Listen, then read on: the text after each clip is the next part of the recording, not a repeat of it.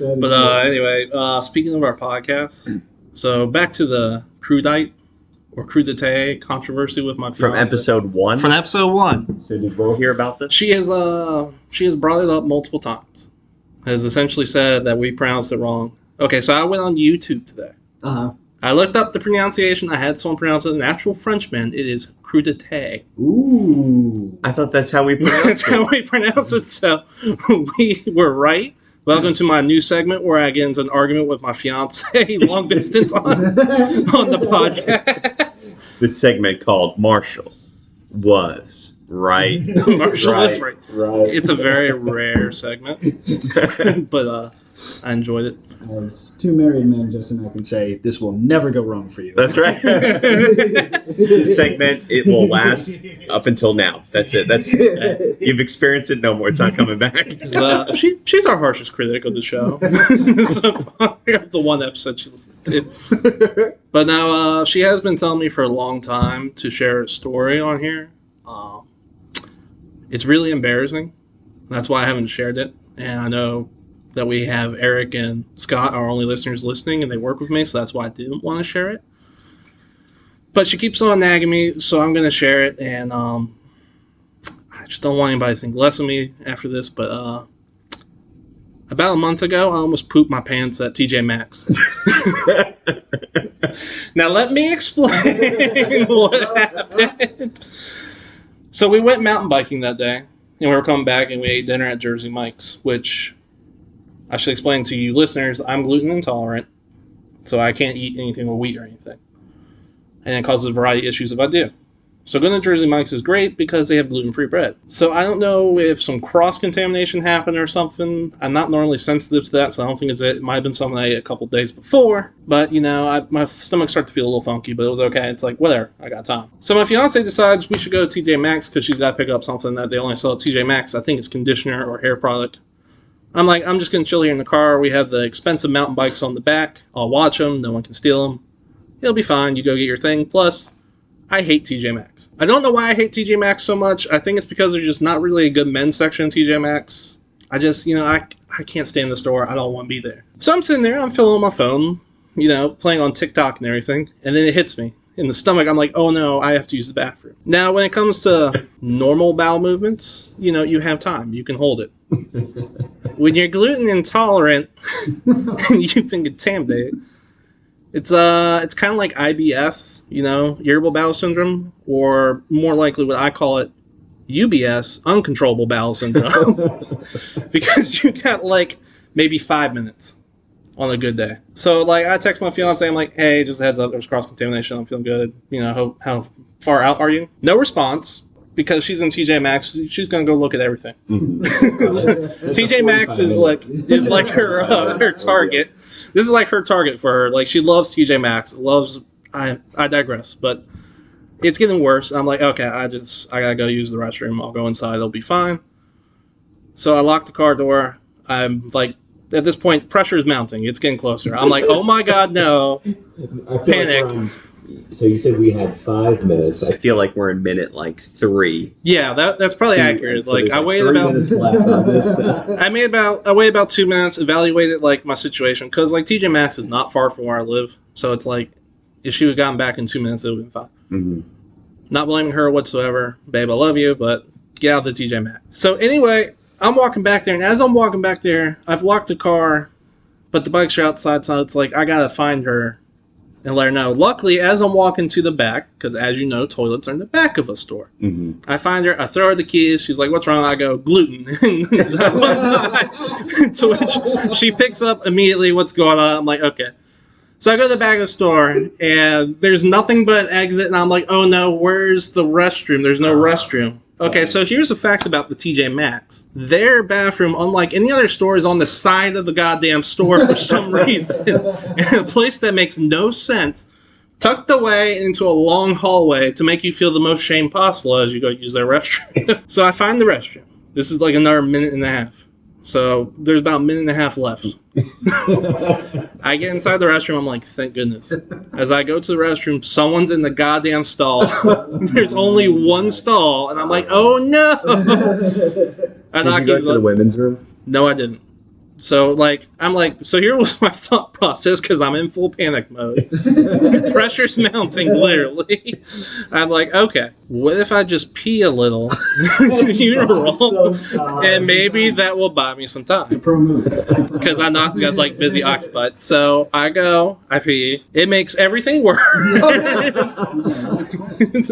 down to a minute. So I go, I wash my hands, and I can't wait outside the stall now because I've already flushed the urinal, and it's going to be really weird for that guy who's going to judge me because why does this guy need 2 toilets? Why wouldn't he just wait? So I go outside the bathroom and wait out there. Okay, so I got, like, pressure's mounting at this point. We're in the 5 o'clock down. I am pacing at this point, trying not to bust. I'm thinking to myself, what do I do? Oh no, oh God. Do I just use the women's room? Now, here was my thought process why I didn't. I'm like, I'm a big guy. I'm bearded. If someone sees me in that women's room, they're going to call the cops. I'm going to deserve it. There is going to be no way I can get around it because why wouldn't they? I understand. You don't want me in that room. I get it. My next thought process is, do I find a corner? Immediately within 10 seconds, I'm like, no, I don't find the corner. You dumbass. No employee deserves that. That's worse than the women's room idea. I'm like, do I run out the emergency exit and head for the woods? I'm like, that could be better. I'm like, no. And I'm pacing. I'm still pacing. I'm like, no, I can't do that. I'm just going to have to wait it out and hope for the best. Or, luckily, I'm in the TJ Maxx. I can buy some shorts and underwear, worst case scenario. So I'm like, all right, enough time has passed so this guy wouldn't be able to recognize me. So I go back in there, I knock again, I wait. I'm like, pressure is mounting. I'm getting more and more frantic. I feel like we're at 15 seconds. Yeah, we have gone past 0, and I'm on borrowed time. So I knock, I wait. I'm in cold sweats. I'm in pain. I'm in cold sweats. I'm getting shivers up my spine. It is that bad and that desperate. Finally, this guy gets out, and he works there as an employee, and I'm about to... If I had more time, I might have gone off on the guy. Like, he doesn't deserve that. Let's be clear. Don't go off on the employee. But at that point, I'm like, you were in there just playing on your goddamn phone. You've been there for 20 minutes. So anyway, I get there. I manage to get my pants, my underwear down. I put the little bib thing on because, I'm still not going to sit down even though I'm on borrowed time. And it is literally as I'm falling photo finish, but I made it. I was safe. I had to come and explain all of that to my fiance, who has still decided to marry me. But anyway, that is my story about Welcome to punch the clock. Yeah, really. What a way to start. Did you consider pulling the fire alarm so that guy would have gotten off the toilet, hopefully? And I would have rushed it? I did not, but that probably would have been a pro move. Yes. Not this time, but next time. I should have just gone next door to a different store in retrospect. But yes, welcome to Punch the Clock. I'm your host, Marshall, and as always, I'm joined by my co-host, Justin. Hey, guys. And today's guest is Will. What's up? How you doing, Will? I cannot complain. Welcome to the show. Welcome to the show. Doing a lot better than you did in TJ Maxx. That's just another reason why I hate TJ Maxx so much. I feel like that we're going to Use that as like an adjective for your current state. Oh, I'm feeling like Marshall and the TJ Maxx right now. Exactly. I'm afraid of this episode now. When it airs. If I didn't think I was going to get a promotion before, I'm not getting one now. You can't hire the guys that almost moved themselves. TJ Maxx. But anyway, well, first question. Let's move on. I don't know how we will, but first question we ask all our guests: on a scale of 1 to 7, how good of coworkers are being Justin? 1 to 7. All right, this is the prime number thing. I'm somewhat briefed, so here we go. Prime numbers. Then I will go with another prime number. There was an internet bit that went around like 2 years ago where the guy said Fight Club was a perfect movie, but he called it a 5 out of 7. So as perfect coworkers, I would say you guys are confidently both 5 out of 7s. Well, that is the lowest opinion. It's a perfect score. I don't know what to tell you. You have single-handedly brought down our average Rating. We thought Eric had the least opinion of us, and Eric did compare you to Noel, so that was tough. Are you comparing us to Noel? You don't want me to compare you to Noel. It doesn't bring. Hold Please fast do. to What's the Hold score fast once to we bring in the Noel factor to this? I mean, she's off the 7 scale. That's the problem. That's true. You can't measure her on the 7 scale. You can't. No, you guys are great coworkers. I would put you at 7s for sure. All right, all right. Now that we've pressured you. Hey, welcome to the podcast where we bully our guests. Are you sure you want to give us 5s? Are you sure? Are you sure? Can we get a 7? Okay, I'll give you a 7. That is like a very, very obscure corner of Reddit or somewhere. Whereas, I mean, like, it's literally this guy bullying his friend. It's actually kind of, the language was kind of messy, so if you look it up, don't blame me for whatever else you find with the 5 out of 7 thing. I just remember it being like a thing for a little while. Like, oh man, love this, perfect 5 out of 7. So I feel like I remember seeing that. Maybe that's where I got it, like osmosis in the recesses of my brain of how funny that thread was or something. Because there's no reason, granted, I don't respect normal numbers except for prime numbers, Sure, as all people do, clearly. I mean, as someone who got a degree in accounting, why would I? Just regular You're a numbers guy. Yeah, I mean, just prime numbers are nothing. Okay. I don't even celebrate my birthday unless it's a prime number. Fair enough. There's way less birthdays I'm celebrating later in my life I get, but I was born on the 31st, so there you go. I'm Will's prime. We can throw a party. All right, prime. Oh, that's our. I don't know if we actually asked other guests what their birthday was, but that's the second time that's come up where we're all prime birthdays. Oh, is that true? Yeah, yeah. Yours was what? March 1st, which makes me in the prime month, too. There you go. Mine's the 5th, and yours is the 31st, so this is good. I can't imagine anyone ever reviewing the show that's not affiliated with us.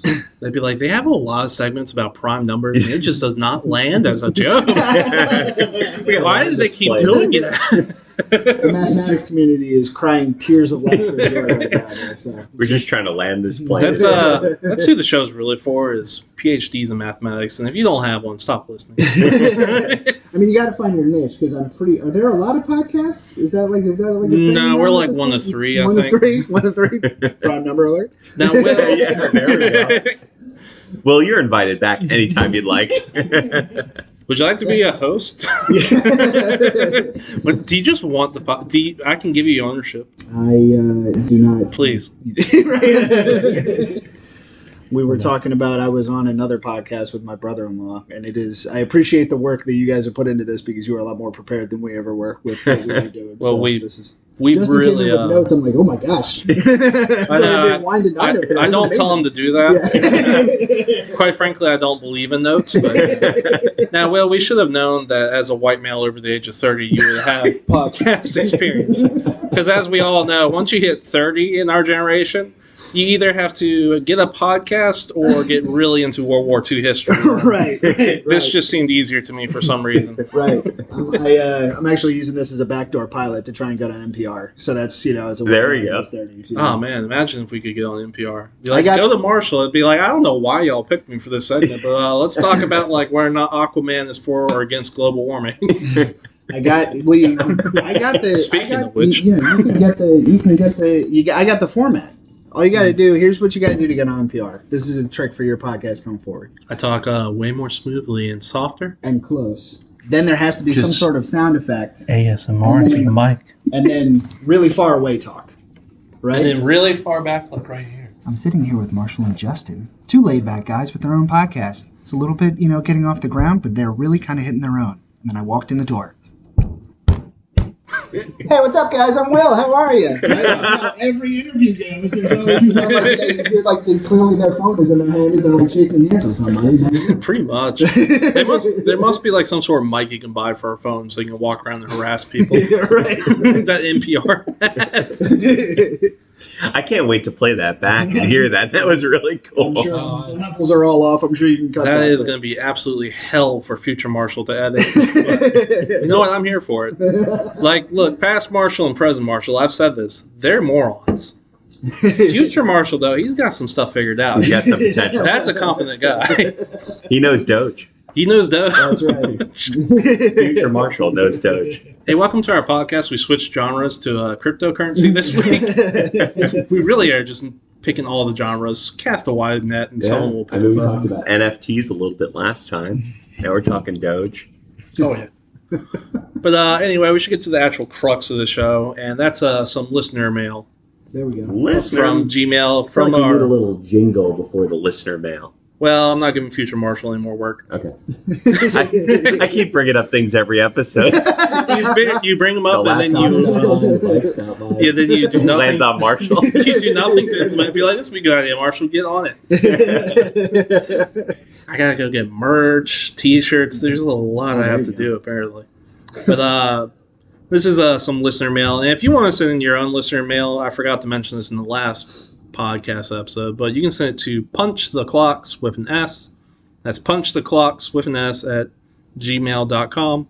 Or you can look in the show notes because I added the email address down there because, hey, why would not have done that in the first place? That would have been so much easier for everybody. And if you're looking at the show notes, go ahead and punch that follow button on whatever platform you may listen to podcasts. Subscribe. Or mash that subscribe button. That's it. Right? You guys want? Do whatever. I don't care. Give us 5 stars, you coward. All right, but anyway, this is a Daily Double is the title of this one. Hey guys, I cannot wait to hear next week's episode and hoping this email makes it on.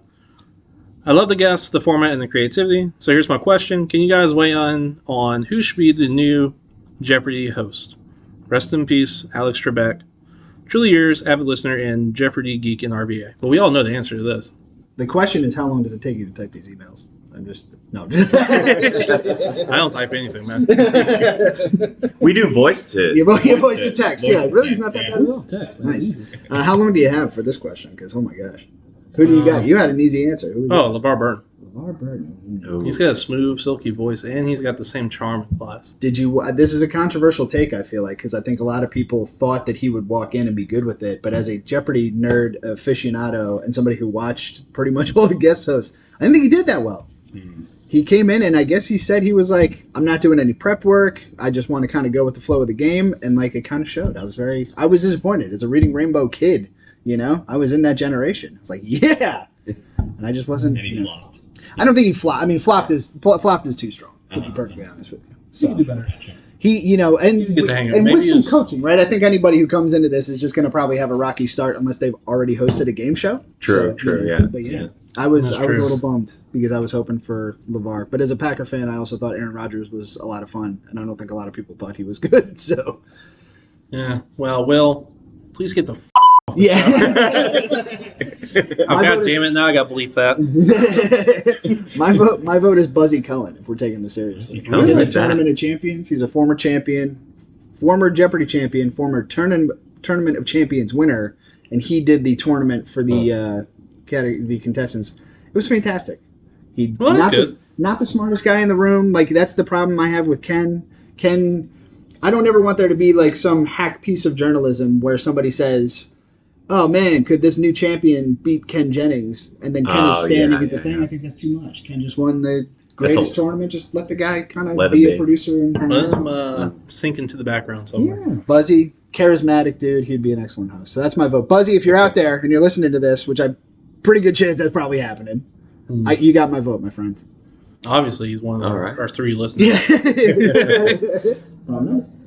Okay, I'll resend LeVar Burton. You don't have to rescind it. No, you convinced me that I'm wrong.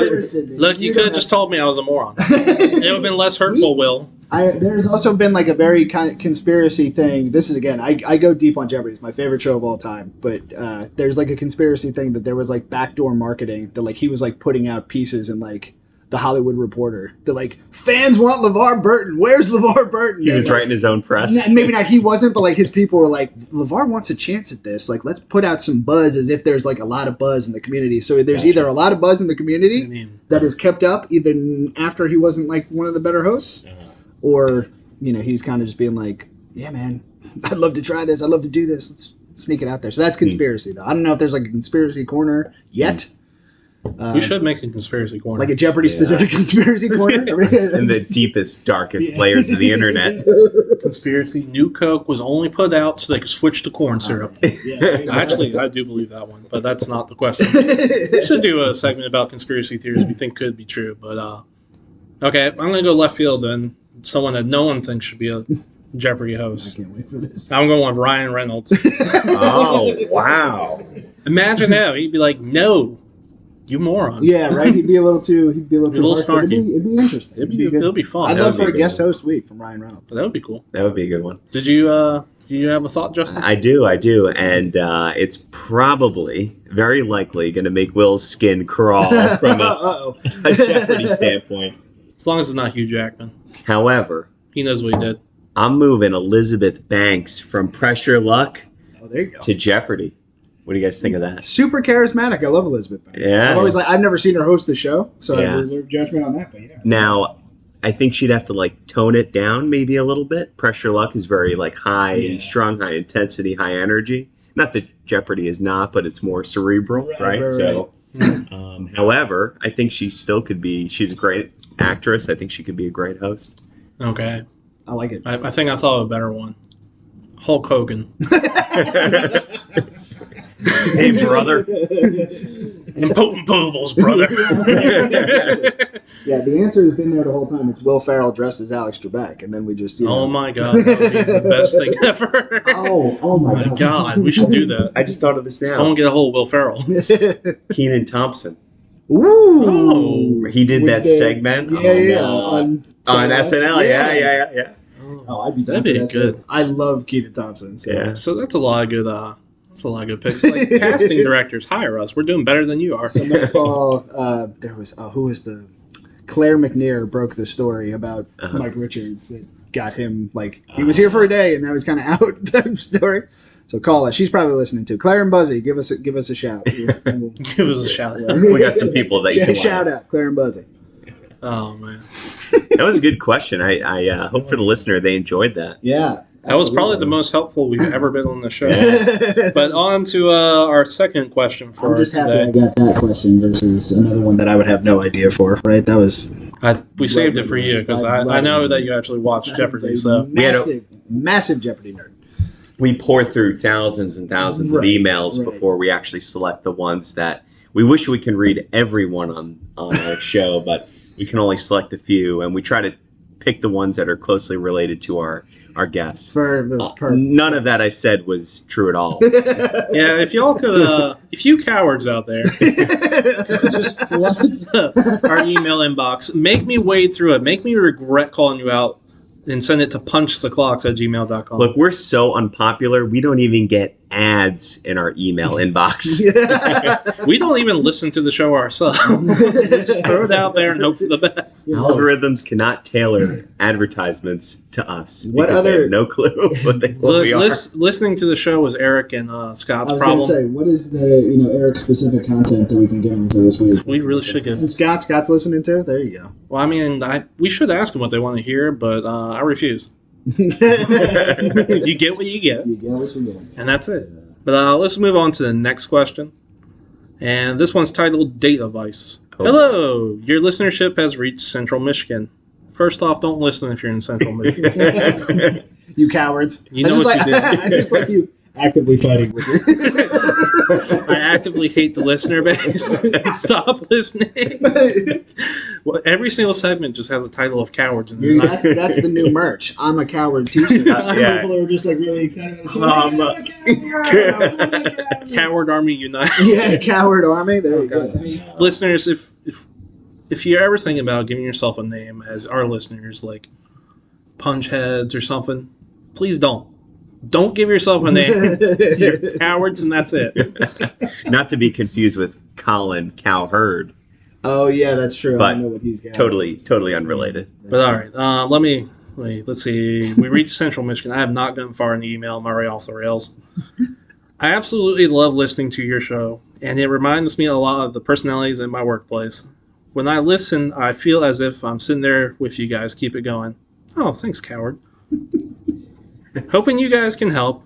I'm trying to plan an entire day's worth of activities for my wife and I in the next few weeks. She knows the generalities of what we will be doing, like eating, but not the specifics of what we will be doing. Looking to do this on a Saturday when we're both off work. Well, thanks for giving me the info. My question, can you hit me with the best advice on what I should plan for this date? Oh, did I mention my relationship depends on it?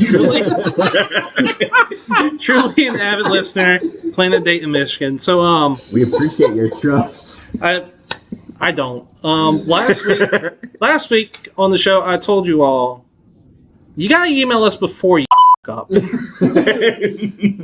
listener, if you are emailing us for dating advice and your relationship is on the line and you thought Marshall and Justin are going to save this marriage, you need to go get a divorce lawyer right now and have it in the back pocket, because this is not going to end well for you whatsoever. I'm going to go get a degree in law to represent your wife at this point. All right, now that I've man, you got to take pity on him. He's out there sweating his relationship like Marshall in a TJ Maxx. So. That's right. There we go. That's true. All right. Application. Yeah. Now, you see, like, I was sweating it. This listener would have pooped his pants in the TJ Maxx if he's coming to us for the dating advice. What in the history of this show makes you think we're qualified to answer this specific question? All right, well, good thing we have two married men, and I'm engaged to someone who I'm starting to think should not have said yes. She's got to be questioning at this point, like, why am I marrying him? I'm kidding, honey. I love you. Don't leave me. Oh man, well, I mean, where do we start? Eating's always good. Going to get a couple meals. You gotta feed the wife. That's not a joke. Just feed your significant other. That's true. Yeah. Keep them from being hangry. If I could tell a funny story quick, so this actually happened this past week. So one of the things my wife and I like to do when we get a chance to get out and have babysitter on a weekend is one of our guilty pleasures is going to get a pedicure. And so that could be nice. I don't know if you guys have ever gotten that before, but it's actually pretty sweet, and I'd recommend it to our listener here in Michigan. Anyway, so we're sitting there getting pedicures, and this what do you call those, esthetician or something? Esthetician, or the people that actually... Like, I don't know why, but I jumped to those fish that eat the dead skin off your feet when you said, what do you call those? Oh. I don't know why my first thought was, yeah, the fish, right? He's talking about the fish that pick your feet clean. Anyway, the lady that was, like, doing my feet, so maybe about halfway through, she takes out what looks to be a cheese grater, right? And it's actually probably one of my favorite parts of the whole thing is just getting all the good stuff off. Forbidden Parmesan. Well, that's where I was going with it. Right? So, I kid you not, this lady grabbed my foot like it was a block of finely aged Parmesan and was going to town like she was like, had a plate of spaghetti underneath. Oh. Anyway, I would highly recommend it. And so that would be spaghetti a la feet, or something like that. There was no actual spaghetti there, but anyway, that'd be my contribution. I'd say go get a pedicure. Okay. You got to know your wife, I think, right? You got to know maybe Central Michigan. Maybe go see a Chips game, Chippewa, right? Go see a football game. If she's in the sports, yeah, I could see that. Right? Or that could backfire if she's not in the sports and you're just being the selfish. True. I am gonna. That's what I'm saying. You got to know. So much from this episode now. I hate. Marshall's got a little heavy lift. He's gonna sometimes when I edit this podcast, I'm like, God damn it, past Marshall. Why? Why do you keep trusting me? I see future Marshall doesn't clean up his language though. He's still he's still swearing. I edit the swears in. Right. We're an edgy podcast.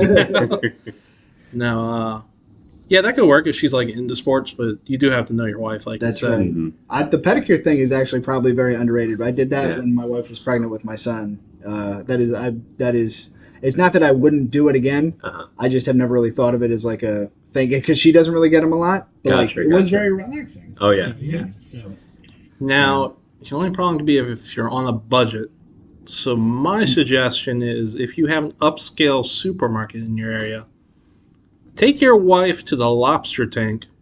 You're going to have to reach your hands in there, take the Band-Aids off, and watch these things fight.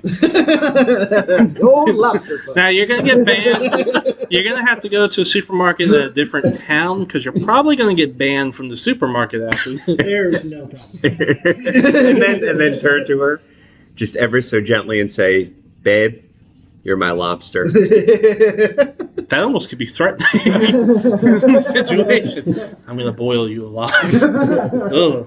So yeah, lobster fights are... How are we feeling about lobster fights? Lobster fights... Sounds like awful advice. I already told the listener they should not have been asking up. Specifically me. Let's see, free stuff, frisbee golf. Go buy yourself like a frisbee and just go out there and throw it. Okay, frisbee, throw a frisbee around. Yeah, why not? If you have an athletic wife. Yeah.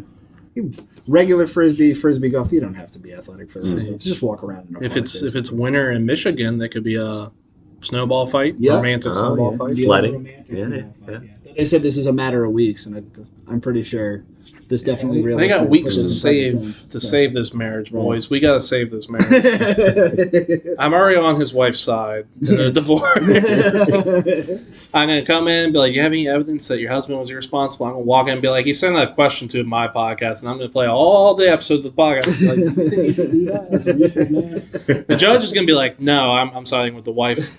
You can do this in court? I'm going to court. Like, I'm going to bust the divorce proceeding. I object. I'm sorry, Your Honor.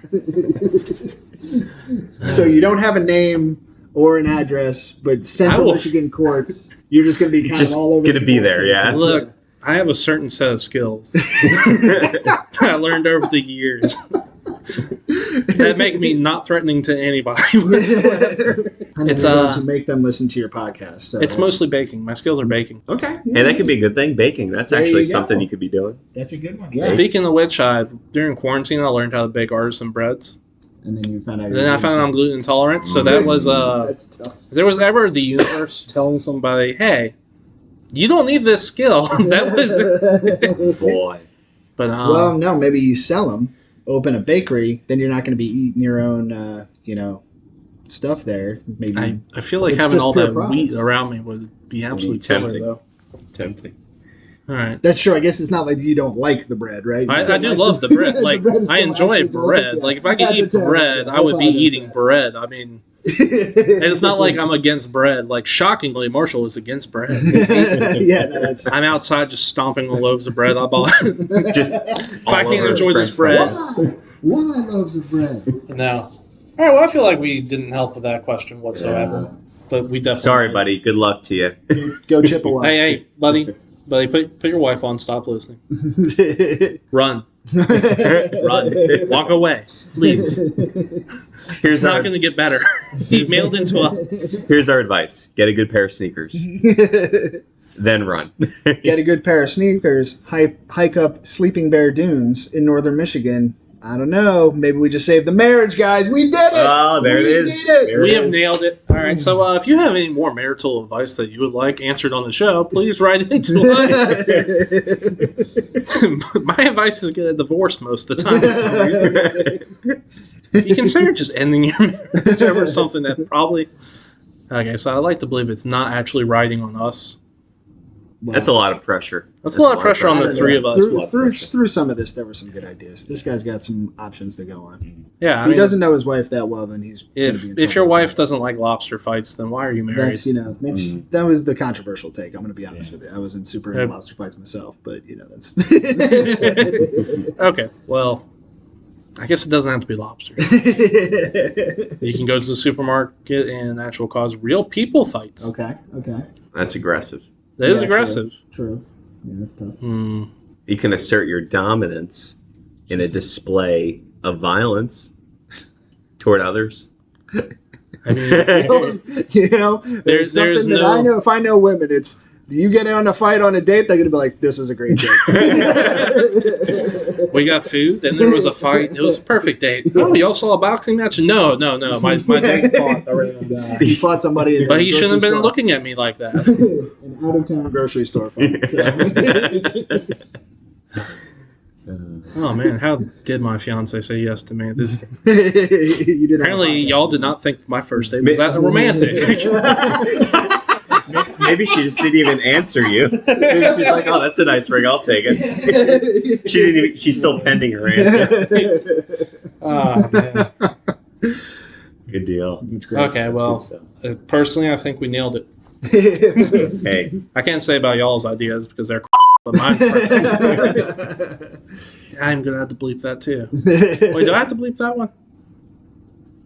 Now, what did you say? Yeah.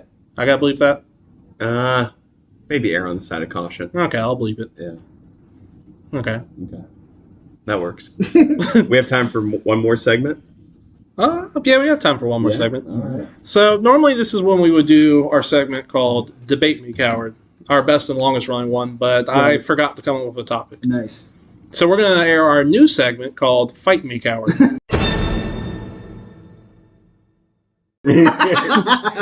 This episode has become very aggressive. We're very angry on this podcast. So this is powered by Super Fight the Game. This is a real game you can buy on Amazon, things like $36, or if you're me and you're in a store TJ called- Maxx? No, it was Second and Charles. Oh. You can get it used for $20. So the premise of the game, I've tweaked the rules, so the same rules apply. We're all going to be arguing a point, but you can only vote for someone else's. You can't vote for your own, and we're going to decide at the end who wins the fight. So Super Fight, if you don't know, is a game where you get a combatant, and then you end up with 2 black cards. I'm really simplifying this, but they're power-ups or downgrades. And then you argue why your combatant would win the fight against the other players' combatants. So I figured this is perfect for us, and it'll just be endless content. So essentially, this time in our debate, we're going to argue why our character, with their power-ups, are going to kick each other's characters' booties. Perfect. So yeah, so Justin, why don't we all flip over what we got and take a look at what right. our combatant is, and I'll tell. You know what, Will, you're our guest. Tell us what your combatant's name is. My combatant is a old standby as far as scary things in the world. The devil is the card. Oh. that I got. That's gonna be hard to beat. Yeah. And what? It seemed a little, if we're talking like comic books wise, it seemed a little overpowered compared to Cowboy and whatever else I got that I put back in the box. So Okay. if I was like, the point of the game is trying to win the fight, we're kind of going the devil. It's just tough, Just pure evil. All right. Yeah. What's he powered up with or downgraded with? The powered up has a time machine phone booth. So I don't know if this Okay. is like the Doctor Who. He is a Doctor Who devil. Yes, but that at least gives him the ability to be like, oh no, I'm getting beat. Dip out, coming back, new strategy. And by the way, also 3 stories tall is the other. So I have a 3 stories tall The Devil with a time machine phone booth. Okay. Enjoy the rest of this, cowards. No, I don't know. All right, Justin. What's your combatant, Justin? What are their powers or downgrades? So, we actually had a mention of this character 2 episodes ago, I believe. We're going to throw it back to Frankenstein. Okay. And Frank made an appearance or in our conversation with Noel, I believe, right? Yeah. That sounds right. And I think the next action would be driving the Pope Mobile. So Frankenstein driving the Pope Mobile. Oh no, the Away devil's from the sweating devil. it out. Away from the Devil's devil. sweating it out. So we have a little bit of, up and down there. And then this one, I didn't know what to do with. It says steal 1 attribute from opponent. Oh no. Oh, okay, so that means you can steal one of our cards. Okay. You want to save that for after you I hear think I'm gonna save it All right. for now. So I'm you gonna have a save it, steal yeah. card. So Yeah, I'm gonna save it for now. all right, you guys are in trouble because my combatant is a French bulldog that can only move by backflipping and sprays neurotoxins Just as he backflips. I don't know why it's a male dog, but in my head it's a male dog. Now, Justin, what attribute would you like to steal? Wow, I got Frankenstein driving the Pope Mobile. I'm gonna go with spraying the neurotoxin. All right, well, I am going to have to grab another black card to give an attribute, and I have to do it at random. So on top of this Pope Mobile, it's just gonna be like a big spray gun. It's gonna spray neurotoxins. All right, Justin, you have completely screwed me. This is awesome. So now my French bulldog is a French bulldog that can only move by backflipping, but he is inside a giant hamster ball. Yeah, I would just give up on this one. No, I'm going to argue why this French bulldog inside the giant hamster ball that can only backflip is going to win. But you know what, Will, you are our guest, so why don't you decide who can debate their argument first? would decide, I mean, I can, I want to go. Oh, you want to debate yours first? Okay, go let's for do it. this. Why would Now, that devil? Are we talking everybody's fighting at the same time? This or? is the battle royale. Everybody's fighting at the same Okay, time. so you both are in trouble because I'm assuming the devil has some sort of inherent firepower, right? And as we all know, Frankenstein's biggest fear, unfortunately, is fire. So even in the Pope Mobile, I can't imagine that he's going to be, super into it. Also, it says driving the Pope Mobile. Does that mean he's in the back or he's actually in the driver's seat? He's in the driver's seat. Yeah, I don't know if the Pope is like out there just cruising, arm around the other headrest, right? I like to believe it's Frankenstein driving the Pope Mobile, waving to the crowd. Now I have to imagine, the Pope Mobile front also probably has a good bit of protection, right? Mm-hmm. You wouldn't leave that Fire back. resistant, bullet resistant. Fire resistant. That's a good point. That's a good point. That's tough for the devil. He is 3 stories tall, though. That's the other issue. Mm-hmm. So the fire thing is the one thing, but I think we're going to get some people getting stepped on. We got fire resistant, bullet resistant Pope Mobile. I don't know if we have 3 stories tall, stepped on resistant Pope Mobile. Mm-hmm. And then again, if I need to make a quick exit because I'm about to get neurotoxin or hamster balls, I'm just going to jump in that phone booth. So I don't know who was dealing these cards, but I got some. I'm like, oh man, this is going to be crazy because they're all going to have these crazy things. I'm like, sprays neurotoxin, that's pretty good. Drive Pope Mobile, a lot of protection. And then there's the French bulldog for Marshal. All I'm saying, if we're going to start this fight, I wouldn't give the bulldog a name because I don't know how long it's going to last. His name is Sparky. And he's very ambitious. All right. Well, is that your argument? My argument is that this is a massive fire-breathing devil who has been well versed in torture for all eternity and is 3 stories tall and is going to be doing some stepping on some Frankensteins and with a time traveling phone booth. With a time traveling, but that is almost superfluous at this point. I guess he's got to travel through time somehow. True. I don't know. Yeah. Okay. Justin, would you like to debate why your Frankenstein driving a Pope Mobile with spraying neurotoxins can somehow beat my French bulldog that can only move back flipping in a hamster ball, or beat the devil with a time machine and is 3 stories tall? All right, so I think that let's address the hamster ball. So even though it could be massive, but it's still probably plastic, right? So it's either going to get melted by the devil, or it's just going to disintegrate from the neurotoxin. So basically the dog's going to be running around, not even running, just flipping around still, and probably going to be a very short-lived period of time. So we're just going to take that off the table for now. Now to address the devil. Sparky deserves respect. So this is how you defeat the devil with the time machine and the very 3-story tall devil with the time machine. So Frank is going to be driving the Pope Mobile. Now, I will say, because he's driving the Pope Mobile, I do feel like you have access to the Pope. Yes. Because the Pope is going to be in there. Yes. The Pope is in play. We're going to, yes. Okay, we got a Pope. We have a wild Pope. Right. It's the wild card, right? So this is what we're going to do. Frank's going to be driving. The Pope is actually going to have controls for spraying the neurotoxin gun that's on top. He's going to hit the devil in the eyes with the neurotoxin, basically kind of like a mace effect, right? Pepper spray effect.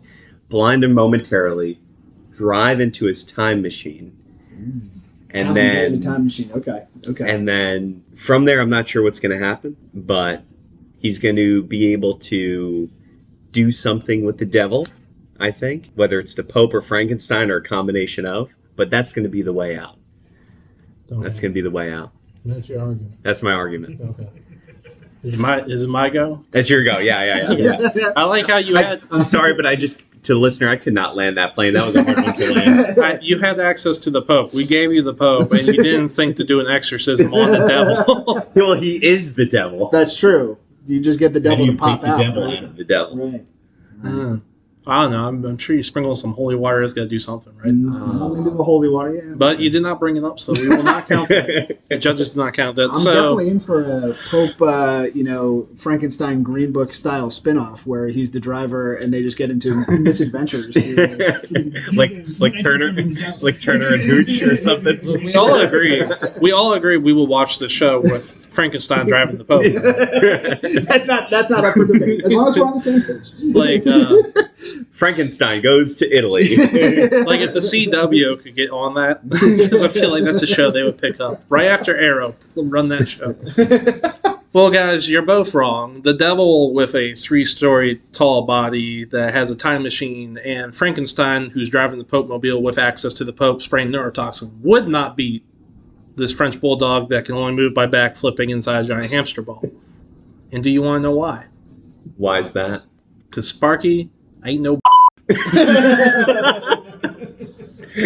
Sparky is a smart dog. He's been trained by me. He knows what to do. He understands he can only move by backflipping, but that is his greatest asset. While y'all are sitting there thinking, we ain't got to worry about this dog, he's going to let you two fight it out. Kill each other. One of y'all is going to be mortally wounded, and that's when Sparky is going to strike. He's going to backflip, roll that giant hamster ball down the hill, and crush the winner with it. A la la.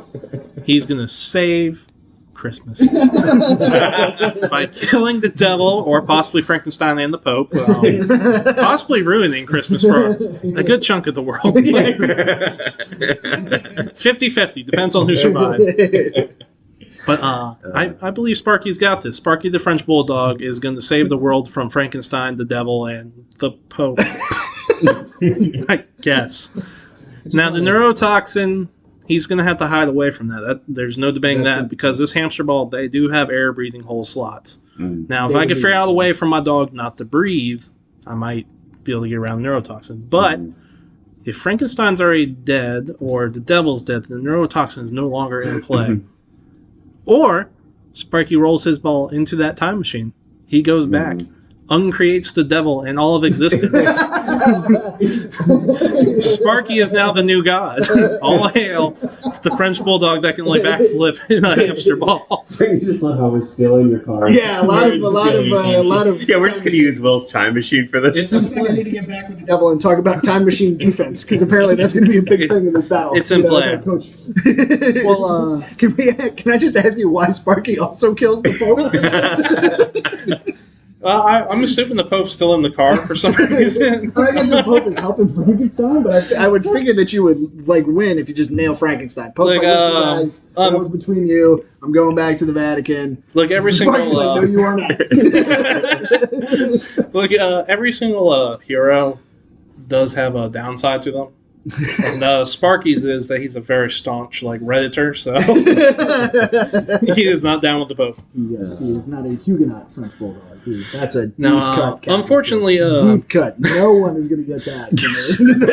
Sparky, he believes in the Eastern Orthodox Church. Gotcha. He just does not prescribe to those Catholic beliefs, and he does not respect them. Me personally, I do. But Sparky, I didn't raise him right. It's an angry French Bulldog. So I think we all know who the winner is, but we should go through the formality of voting. And Will, you're our guest, so you can have the first vote. I will tell you who does not seem to be the winner. The unfortunate Pope, who just innocent bystander casualty. Poor guy. We all agree the Pope is dying. Apparently. Sparky out here just saying there's always time to make a new Pope. I don't know what to tell you. We'll get a new one. Sparky's like, it's for the greater good. So if I'm coming from the perspective of who won in against my squad, I would be the most scared of. I would go with Frankenstein and the neurotoxins. Sorry, Sparky, but I was not exactly scared of that. I think Justin made a fair point about it. He's got a vehicle that doesn't require a backflipping dog to power it. So if we're going to talk about the stealing of the time machine phone booth, I would think that he's probably got a better chance at it. And Frankenstein is an undead monster. I mean, he's going to go out there and he's going to give it his all. He can't. I mean, he's already dead. Yeah, that's true. Okay, well, Justin, we'll let you vote next. Now tell Will why Sparky the French Bulldog with a hamster ball that backflips is the clear winner in the fight. So the biggest challenge, I think, so Will had quite an advantage. The devil had, like he said, inherent flame-throwing size power, right? So Marshall and I think we're left to really, really justify our cards here. And I don't know. I think I got to give it to Marshall on this one because he really had his. Although unlikely to win that fight, Well, you gotta he pick. really had to stretch that one out. Well, you do have to pick who's gonna win the fight. Oh, win the fight? Yeah. Oh, okay. Then I got to go with Will. All right, well, listeners, in a shocking turn of events, I have received no votes, and I'm the last one to vote yet again. So Sparky, rest in peace, Sparky. Shockingly, people don't believe in Sparky the back-flipping bulldog. Flipping anti. I kind of like that it's the only way he can move is through back. Yeah, that is a great like some sort of weird affliction in a giant hamster ball for his own protection. Right. That's a funny card no matter who you put it with, but you could probably theoretically maybe see a French bulldog do some sort of form of a backflip. I can visualize it a lot more than I'm like backflipping the devil, or backflipping Frankenstein. So Yeah, Frankenstein cannot do a backflip. No, we can all no agree way. on that, right? very way. stiff. Very stiff, man. Yeah. All right, I think I'm going to have to give this one to Will because Frankenstein is inherently afraid of fire. Right. Yeah. So that is going to play against you, unfortunately. Okay, that's okay. Although I still maintain that y'all did not give Sparky a fair chance.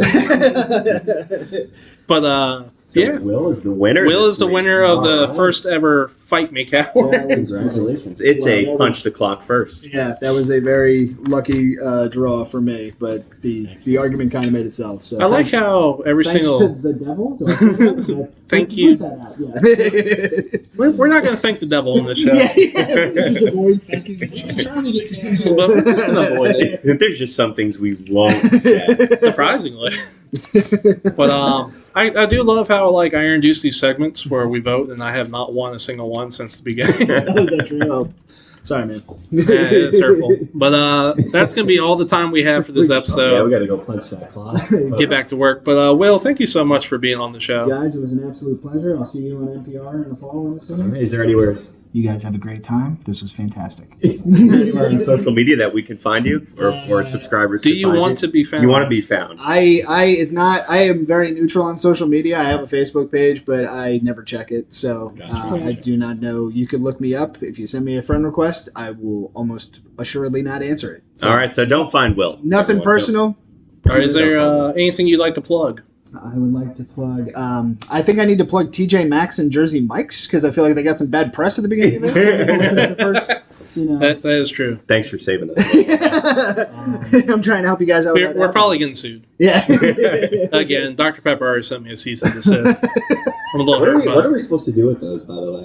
the cease and desist. Yeah, I don't know, probably something. But, you have to give those to anybody. that does or- remind me, today's episode, we forgot to do our sponsorship, so let's just throw that in there real quick. Today's episode is sponsored by that onion ring you find at the bottom of your french fries. Oh, man. This That is crispy, delicious onion ring that makes you regret buying fries. And is always there for you. So run down to your next local, I guess, Burger King, and get yourself that onion ring. There you go. But anyway, Will, thank you for being on the Thanks, show. Will. Thank you guys. Justin, is there anything you want to plug? I don't know if I want to plug anything. Okay. I'm going to go ahead and plug Ryan Reynolds for For Jeopardy. for Jeopardy. But anyway, I'll plug Elizabeth Banks for Jeopardy then. okay. Well, we do have to end this episode. So thanks, guys, for being here listening. You can find us on Spotify, Google Play, and Apple iTunes, and a bunch of other podcasting networks that I don't respect. You can write into our email address at punchtheclocks@gmail.com. I've said this 3 times now, but I'm assuming that you haven't heard it yet. And you can find it in the show notes below. And as always, we'll catch you later. We're going to go punch that clock. Bye, guys. I'm not doing the sound effect this time. No sound effects. No sound effect. That's even more embarrassing than mine. So it's all right. Bye, everybody.